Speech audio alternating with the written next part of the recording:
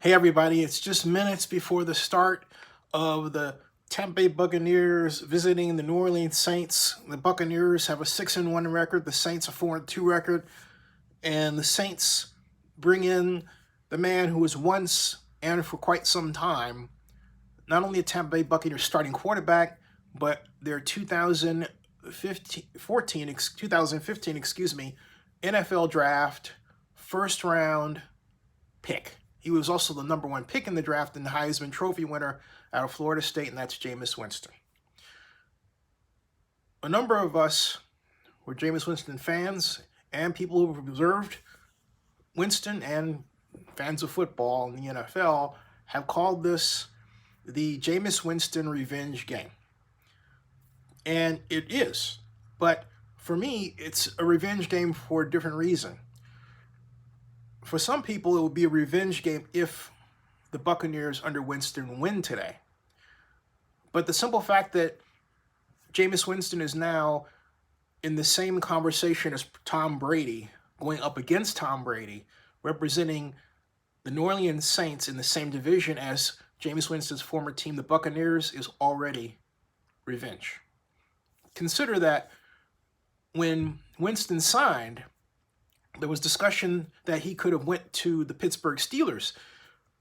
If he went to the Steelers, given the fact that Ben Roethlisberger is still playing, it's quite possible that Winston may be second string. Roethlisberger has a way of, hanging around, as they say.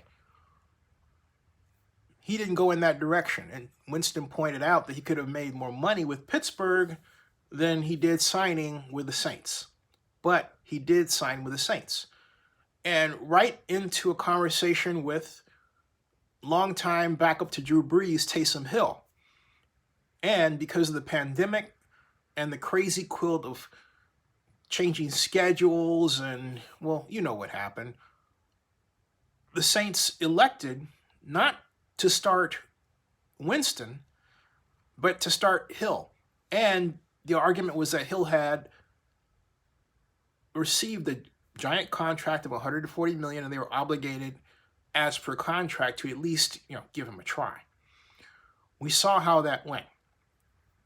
Shot put, right?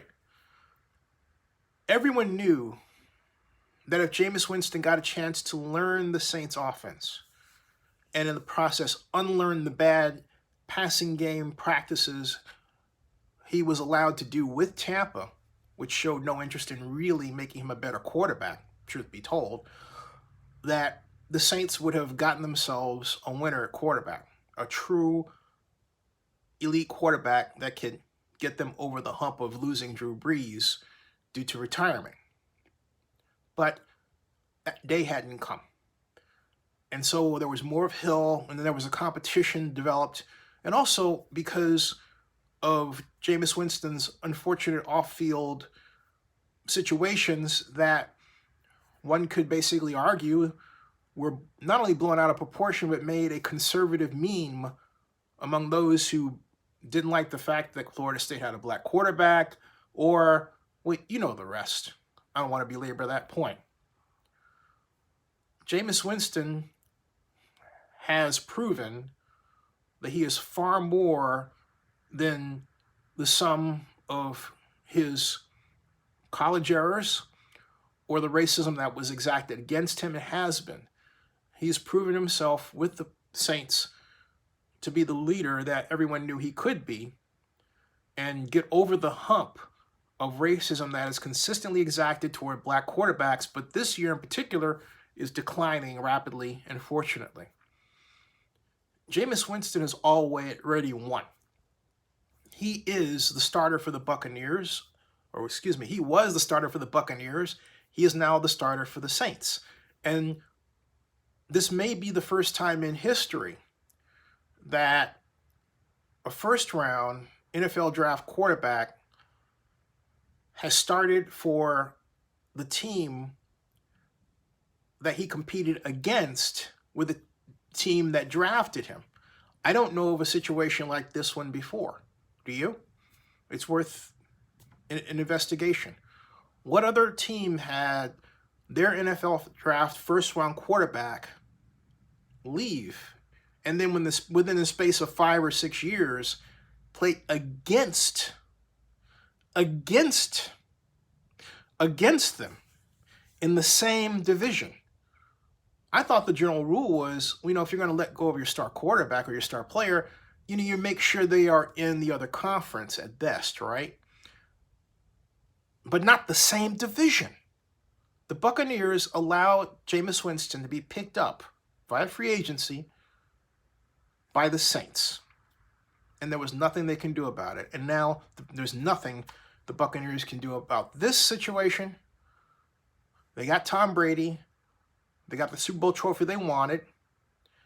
But the truth is, as Bruce Arians knows, he had to take a giant step back, junk his system for a hybrid ball control passing offense system that Tom Brady wanted to use and is using in order to win.